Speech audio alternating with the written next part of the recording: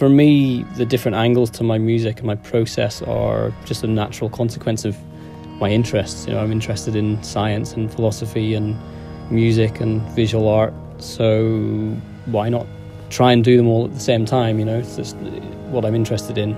I start off with ideas and I do a lot of reading about stuff which has no relevance to music really, or art, and then I start thinking about how I can use it for visual shows, or whether there's any sort of artistry hiding in there. And the interesting thing is that there's artistry hiding everywhere in science, which I love, particularly at the sort of the fringes of science, the strange ideas and the things we don't quite understand. They often have quite an artistic feel to them, in terms of the ways we don't understand them. I mean, in art, for example, contradiction and things not fitting together, you know, that's part and parcel of art. But in the sciences, you know, everything's supposed to be defined and rigorous. But the reality is that nature doesn't always work like that. And sometimes the sort of artistic viewpoint can shed light on problems.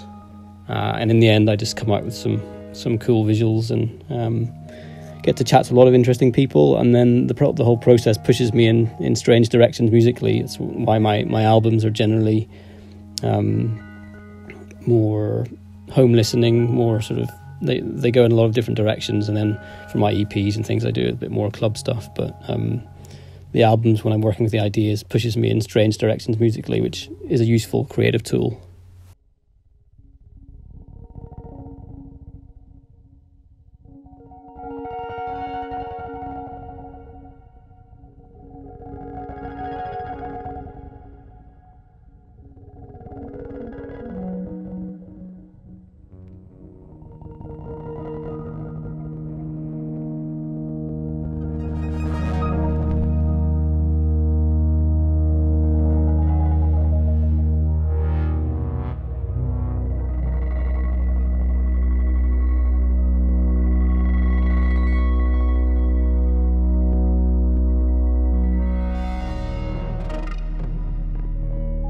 Those psychoacoustic effects, those triggers in the sound that comes into our ears, which tell our brain about where sounds are and what sort of structure we're sitting in, and you know, those binaural effects and stereo and panning and, you know, spatial effects. I spend a lot of time messing around with those to create, you know, sort of abstract spaces, so that when you listen to my music, particularly with headphones, you get this sort of otherworldly, strange spatial experience.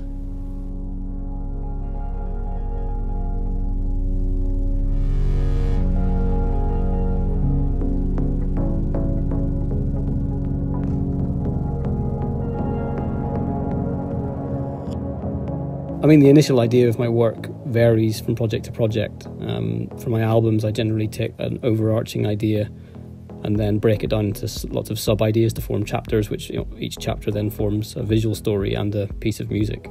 So the things I'm trying to communicate vary by project, but there are themes running throughout, I suppose.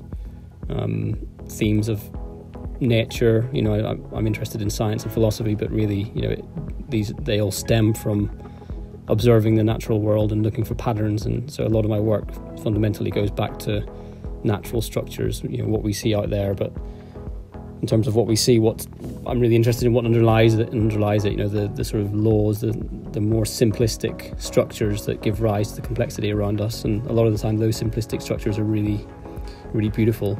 I guess one example would be my track Waves, which Kevin McLaughlin animated, and it's really simple.